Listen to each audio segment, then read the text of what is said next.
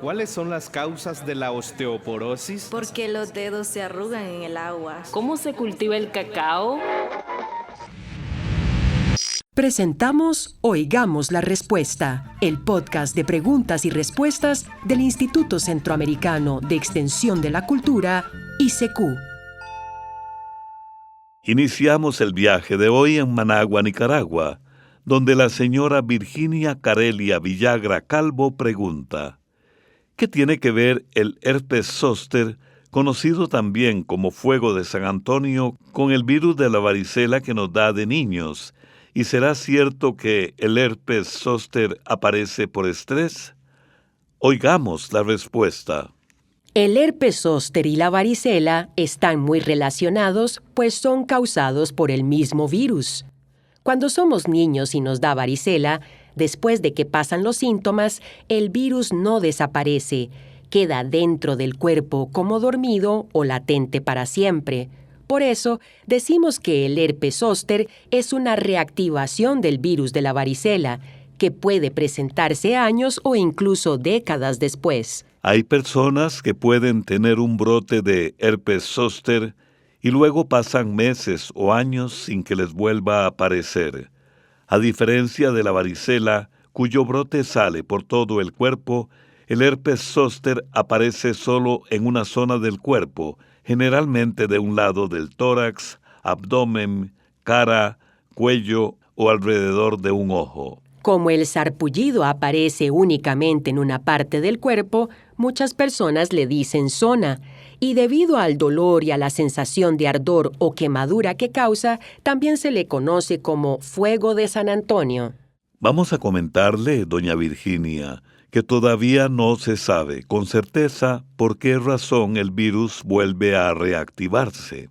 Sin embargo, se ha observado que aparece con más frecuencia en personas que tienen las defensas bajas, que están sumamente cansadas o estresadas, y también en adultos mayores.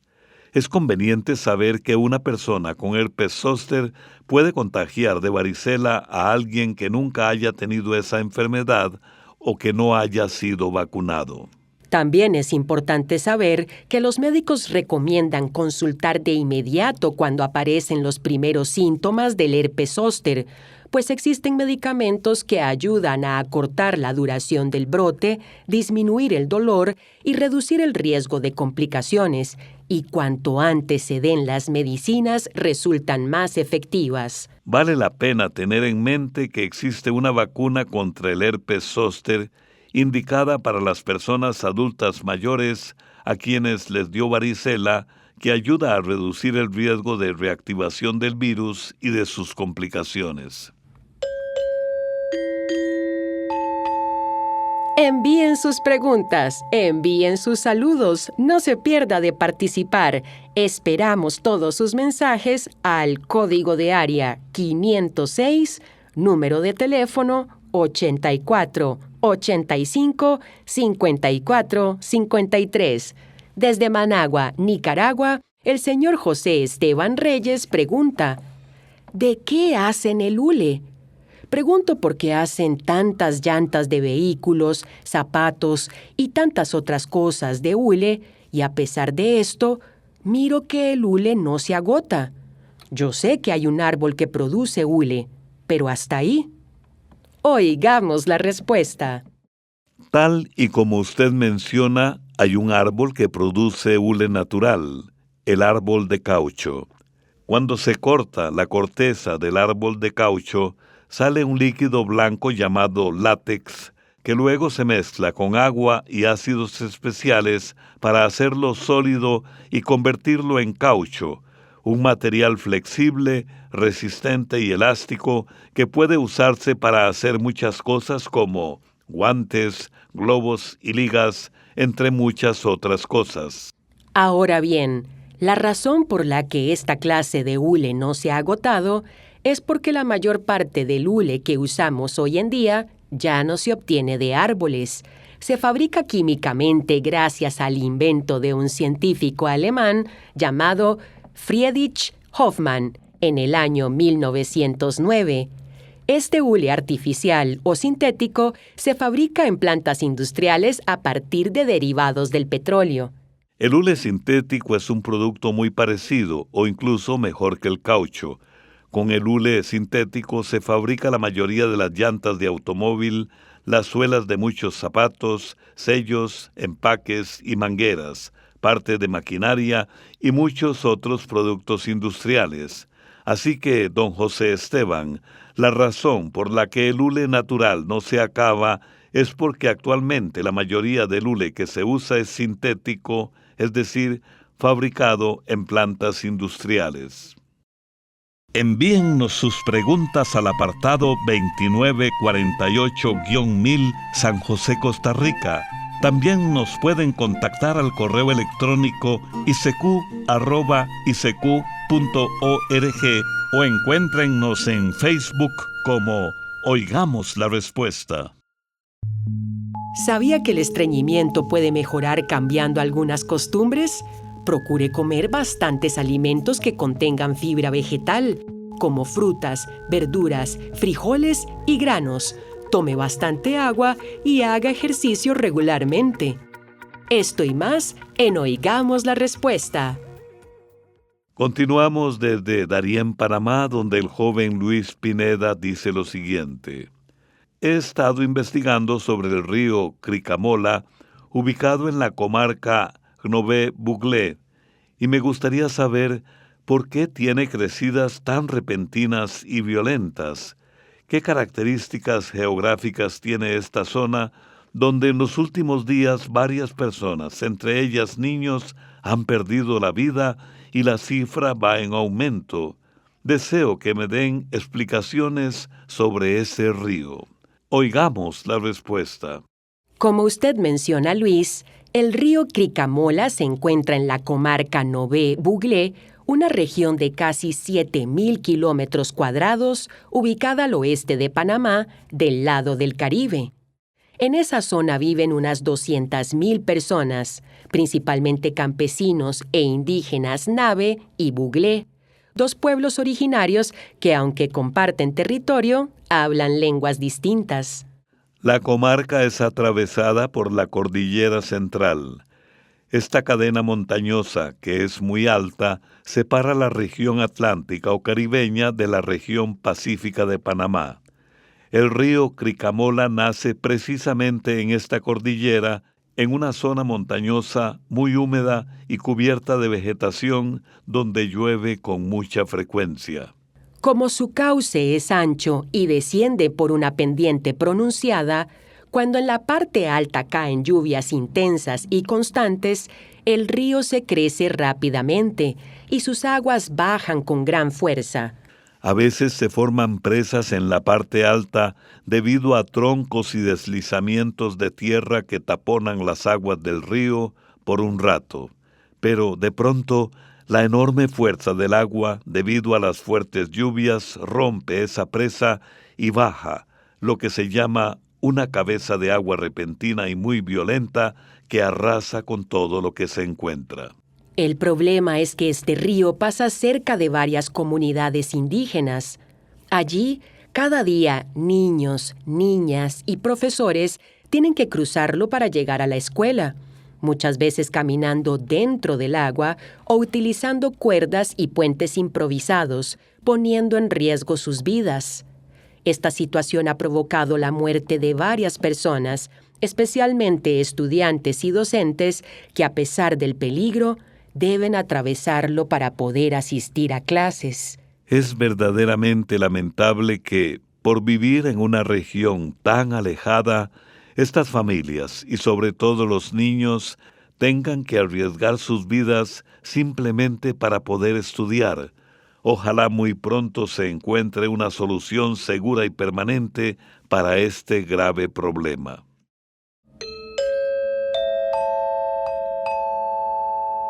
Envíen sus preguntas, envíen sus saludos a través del WhatsApp del ICQ, código de área 506, número de teléfono 84 85 54 53. El señor Manuel Mejía Gómez escribe desde Suchitoto, Cuscatlán, El Salvador, y pregunta lo siguiente: quisiera saber la historia de Santiago Apóstol. Oigamos la respuesta. En el Nuevo Testamento, en el libro de los Hechos de los Apóstoles, se narran los orígenes del cristianismo y cómo los seguidores de Jesús llevaron su mensaje desde Jerusalén hasta Roma, la gran capital del Imperio Romano. Entre los 12 apóstoles había 2 que se llamaban Santiago, y para distinguirlos se les puso Santiago el Mayor y Santiago el Menor. Poco se sabe de Santiago el Menor, pero es conocido por haber escrito una epístola del Nuevo Testamento. Se cree que por la manera en que escribió, Santiago el Menor era un hombre sencillo, posiblemente un agricultor que amaba y conocía muy bien la naturaleza. Por otro lado, está Santiago el Mayor o Santiago de Zebedeo, que creemos es a quien usted se refiere. Se cree que nació en Betsaida, una ciudad pesquera en el mar de Galilea, y que era hermano de Juan. Ambos trabajaban junto a Pedro y Andrés como pescadores antes de ser llamados por Jesús. Santiago fue uno de los primeros en recibir el llamado de Jesús mientras estaba pescando con su hermano Juan. Se dice que, debido a su carácter impulsivo y fuerte, Jesús les dio el sobrenombre de Hijos del Trueno. Santiago formó parte del grupo más cercano a Jesús, el de los 12 apóstoles. Fue testigo de la resurrección de la hija de Jairo, de la transfiguración de Jesús, y estuvo presente en la oración en el huerto de los olivos. Santiago también fue uno de los pocos discípulos que pudieron ver a Jesús resucitado en el lago Tiberíades, cuando ocurrió la pesca milagrosa. Según los Hechos de los Apóstoles, Santiago estaba en el cenáculo en oración, esperando la venida del Espíritu Santo. Según la tradición, después de la muerte y resurrección de Jesús, Santiago el Mayor predicó en Jerusalén y luego viajó a España, donde es reconocido como el patrono del país. Después de predicar en España, regresó a Jerusalén, donde el rey de Judea, Herodes Agripa I, ordenó su ejecución. Se calcula que murió entre los años 41 y 44 después de la muerte de Cristo. El señor Rommel Araya Martínez nos escribe desde Pavas, San José, Costa Rica, y nos pregunta lo siguiente. Dicen que la canción Tan linda mi Costa Rica, que muchos creíamos era de un costarricense, fue escrita por un nicaragüense llamado Tino López Guerra. ¿Es cierto? Oigamos la respuesta.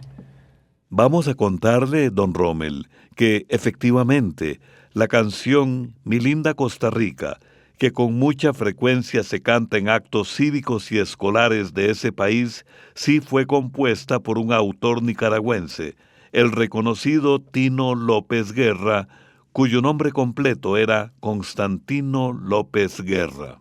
Don Tino nació en Chinandega en el año 1906 y es considerado uno de los compositores más importantes de la historia musical de Nicaragua.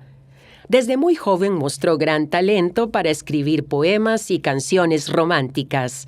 Con el tiempo, se convirtió en una figura destacadísima, tanto así que llegó a ser conocido como el rey del corrido nicaragüense.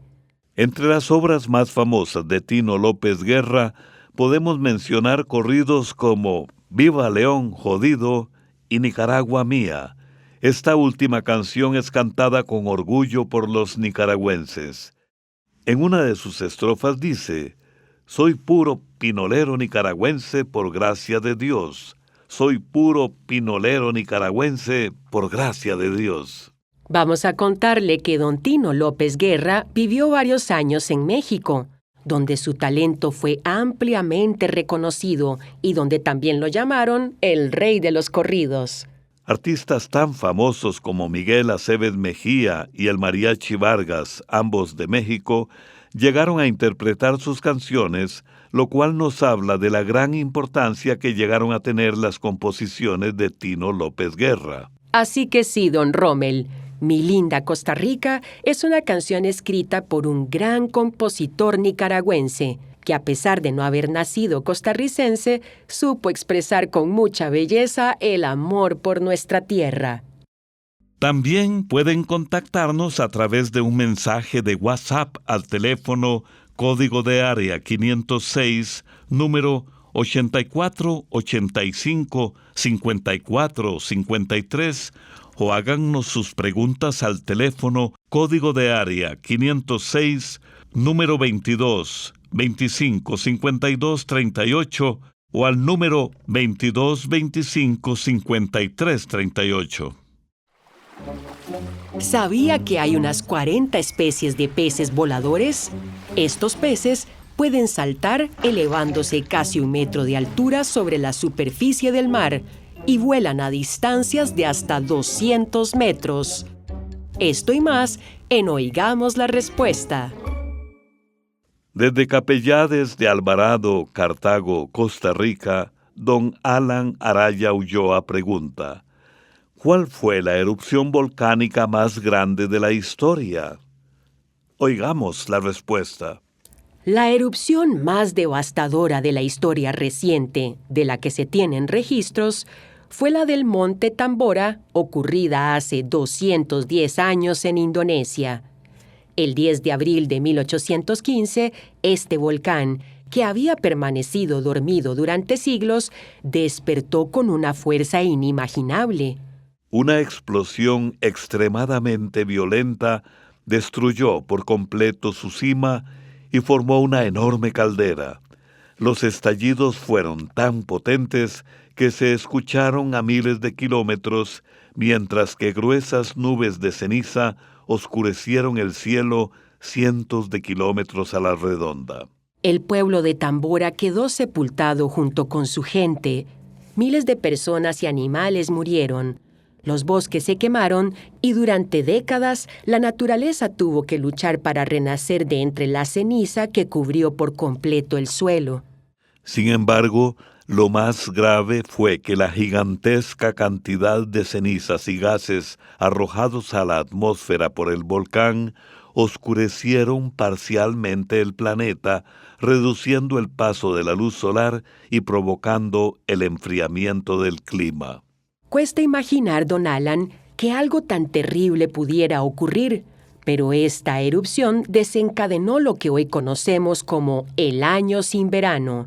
En 1816, gran parte del mundo sintió las consecuencias de este evento, aunque se sintió más en Europa y América del Norte, donde hubo heladas en pleno verano, cosechas arruinadas y hambrunas. Por ejemplo, en Asia, los cambios climáticos provocaron inundaciones y epidemias.